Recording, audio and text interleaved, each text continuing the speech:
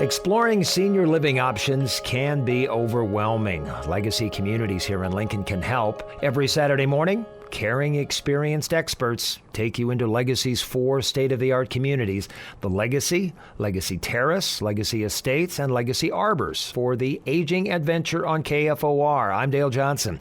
Your Legacy hosts are John Kopetsky, Executive Director of Legacy Terrace at 5700 Fremont Street, and Kathy Blythe. John and Kathy, good morning again. Good morning, Mr. Dale.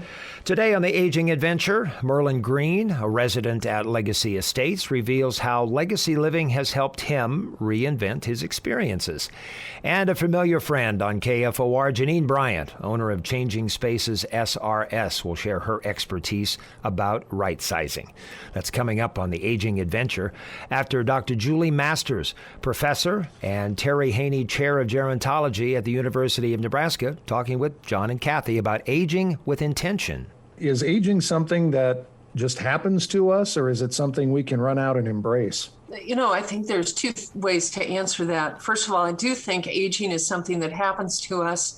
It's one of those things that even at a very young age, we start to notice the aging process taking hold. But it's also something where if I had the opportunity to rule the world, I would say we need to think about aging more in terms of how we can have an impact on our own lives, how we can make a difference.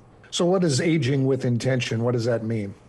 So I think aging with intention, and this is a part of a title of a program that I do frequently, it's about taking a different view on life. So John, instead of viewing life as something that's linear from birth to death, we look at aging as the wholeness of life. That we're really thinking that the last breath is as important as the first. In a life that is very time focused, so, you know, we set our watches, we look at calendars and things, we can't help but think in a linear way.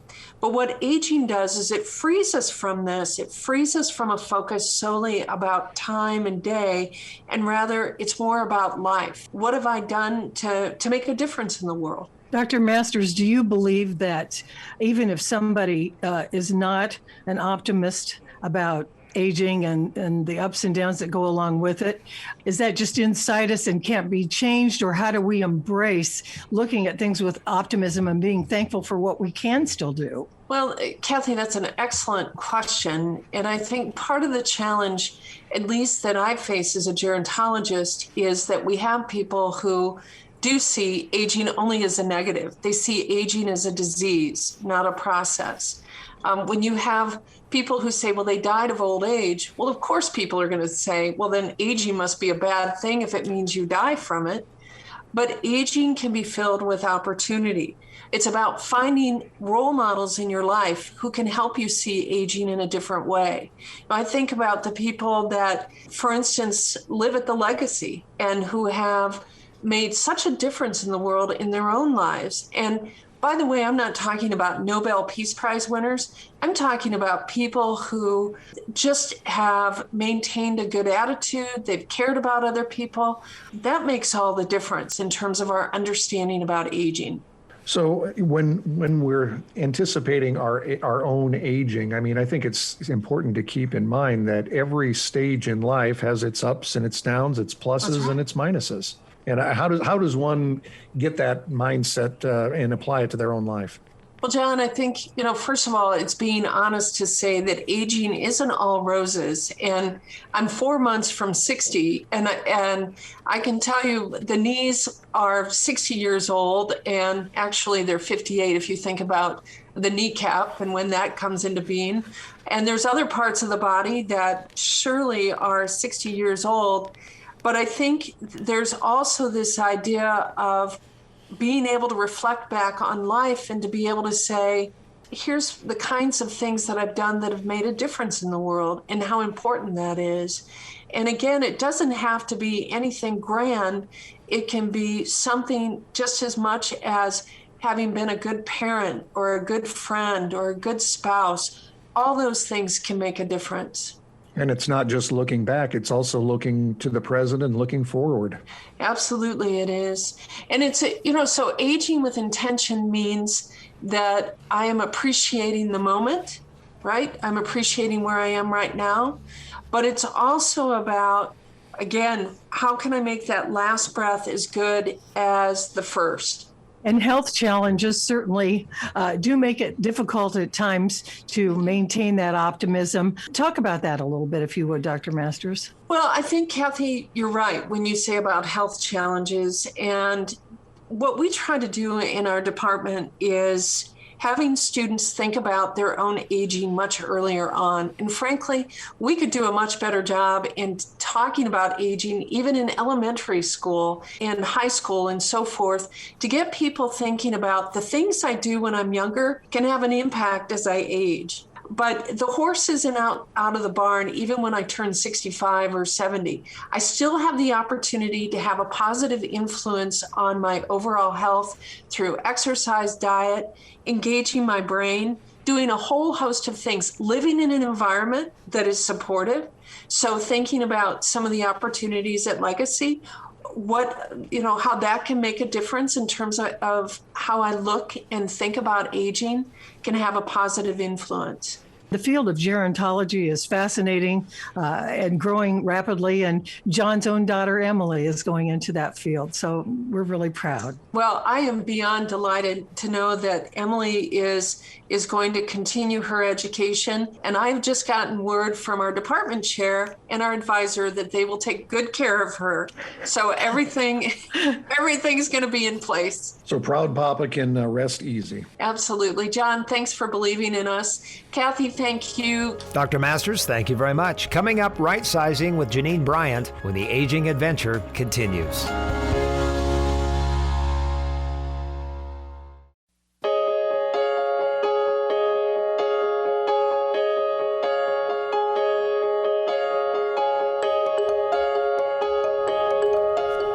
You're listening to The Aging Adventure. I'm Dale Johnson with John and Kathy. So, you're moving from the 3-bedroom house you've lived in for years to a new adventure. Well, good for you. But you'll have to get rid of some stuff. The perfect person for that conversation is Jeannine Bryant, owner of Changing Spaces SRS in Lincoln. It's great to have you with us, Jeannine, and I want you to know I'm in the middle of reading your book that's just the right size, as a matter of fact. No coincidence there. Keep the memories, not the stuff. And that's what we're talking about to you today. But your book is excellent, I must say, and I would encourage others to read it. Thank you, Kathy.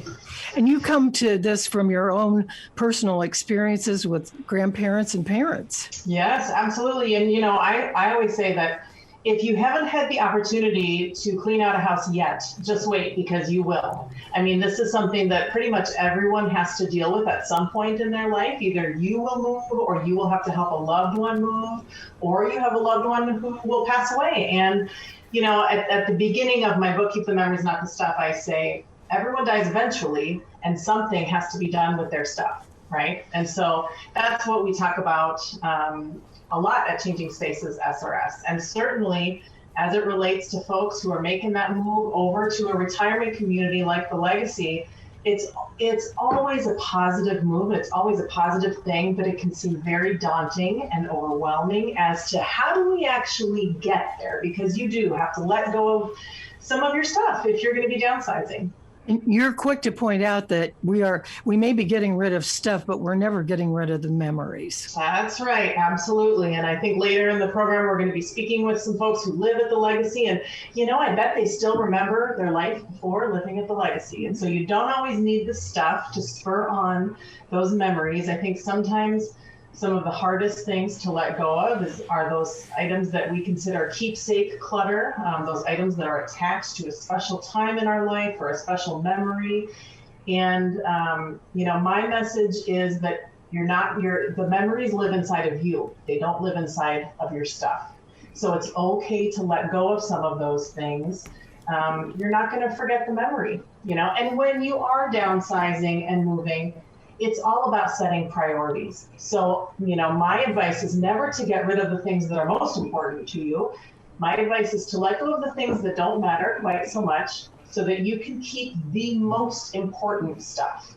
Keep the best, let go of the rest. That's our message. I'm sitting here in my office looking at the coffee cup collection, all of the mementos I have hanging on the wall. This is going to be tough. How do you help someone, a pack rat like me, to take that first step? Well, we always look at, we can begin with the end in mind, right? So we always look at, okay, where are you going? And if a client contacts us and they've decided to make a move to a retirement community, we say, okay, well, what size apartment is it? Is it a 1-bedroom apartment? Is it a 2-bedroom apartment? And we always start with the furniture. So we begin with the floor plan, we measure their furniture, we talk about the pieces of furniture they'd like to take with them, we help them figure out what will fit and what will not.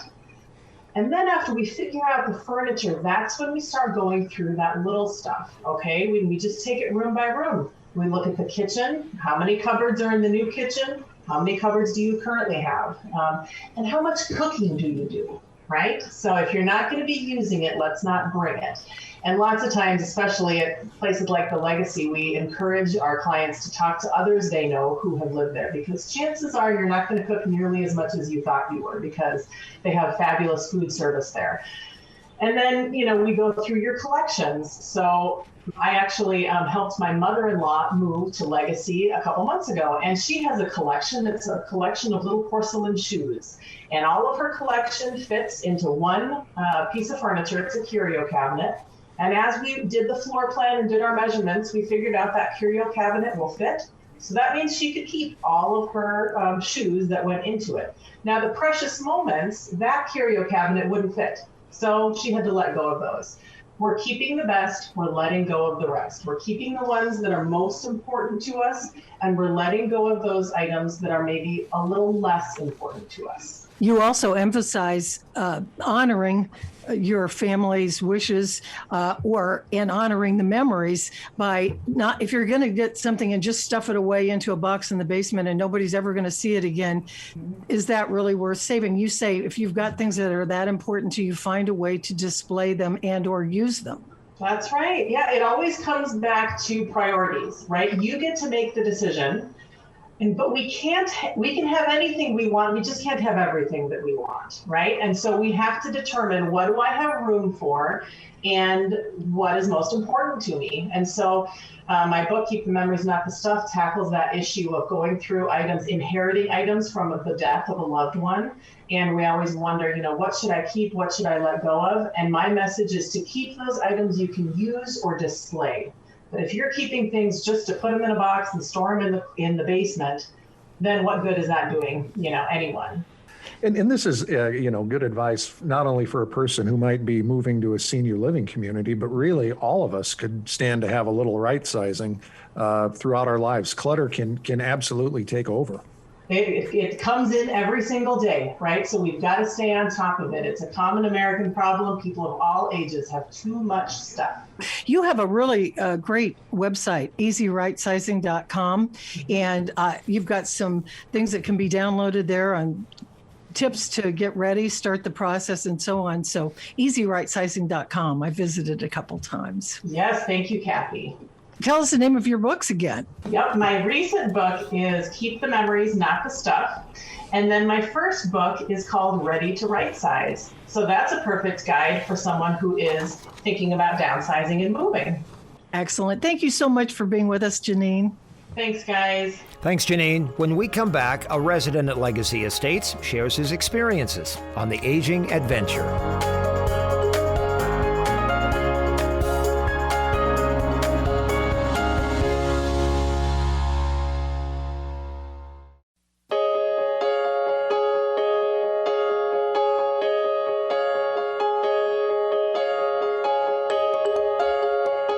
This is Dale Johnson. John and Kathy join me on the Aging Adventure this morning.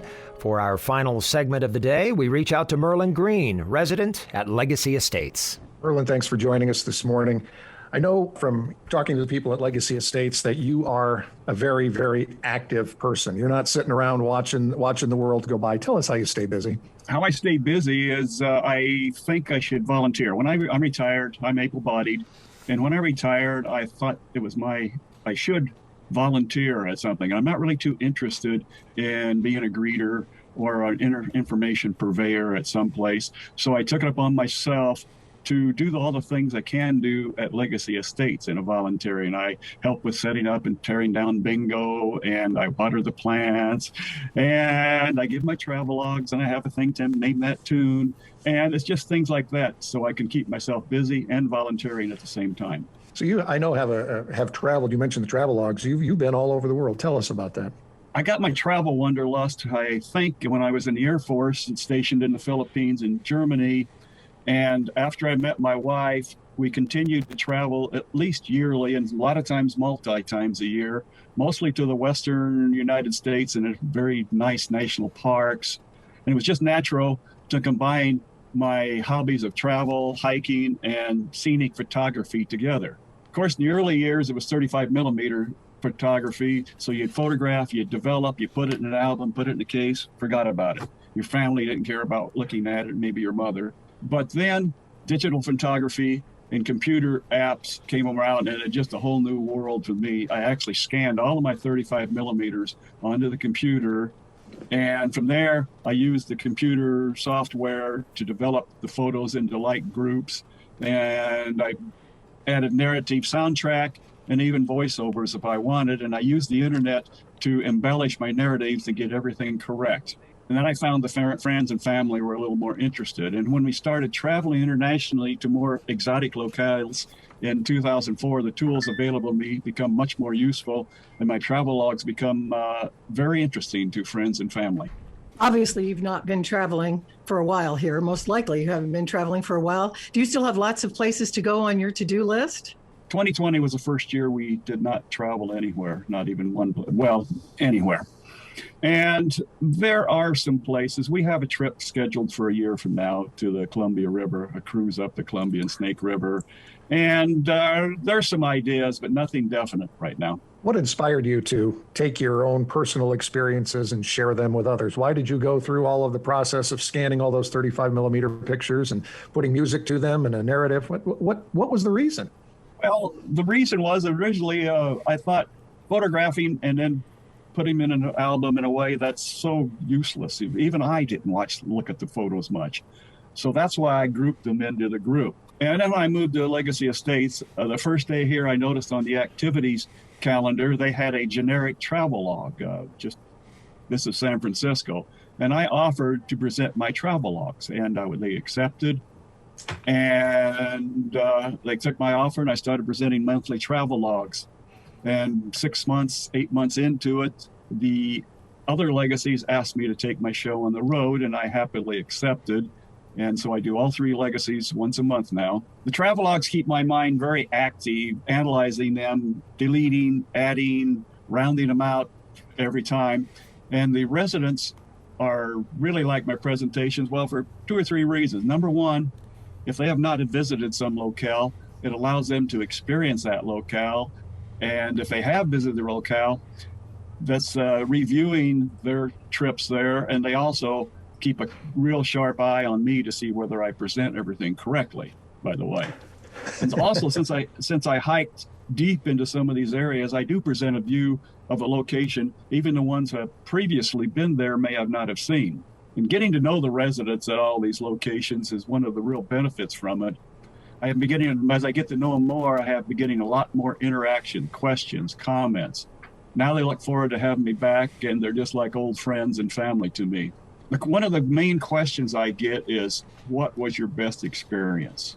This is a very hard question to answer because of all the experiences. Like I say, we always tell first one is probably going to sleep on a camping safari and hearing lions roaring in the near distance. That was or seeing whales bubble netting in Alaska, the beauty of French Polynesia, things like that. It's just been a wonderful experience to us. It certainly seems like you exactly fit what Dr. Masters was talking to us about, aging with intention, and you're doing it so well. And you also have great purpose. I feel, Dr. Masters, I feel the same way. Yes, I try to keep yourself active, keep your mind active, and find something to do and do it, and don't sit around and watch television all the time. That's kind of my motto. Words to live by. Those of us at the other legacy locations certainly enjoy having you come around to present your travel logs. I think it sounds like a world tour. We need to get T-shirts made for everybody that, like a touring rock band. Drop by someday in the terraces when I'm at the terrace and watch my show. I will do that. Love to see those travel logs presented to us. Well, everybody who comes into contact with you is lucky indeed, Merlin, and I'm sure that you are a great inspiration to other people who are trying to find their purpose in their retirement years. So bravo. Thank you very much. And thank you, John and Kathy, for doing this show right here. I think it's a wonderful thing and appreciate it. Thank you for sharing, Merlin. John, how can listeners get more information about legacy living? 3 ways for you to contact us. First is if you have questions, you can go to questions@legacyretirement.com, via telephone 402-436-3000, or our website, legacyretirement.com. Look forward to hearing from you. Kathy, it's always good having you back on the radio. See you next week. Every Saturday morning, you're invited to join us on The Aging Adventure. I'm Dale Johnson.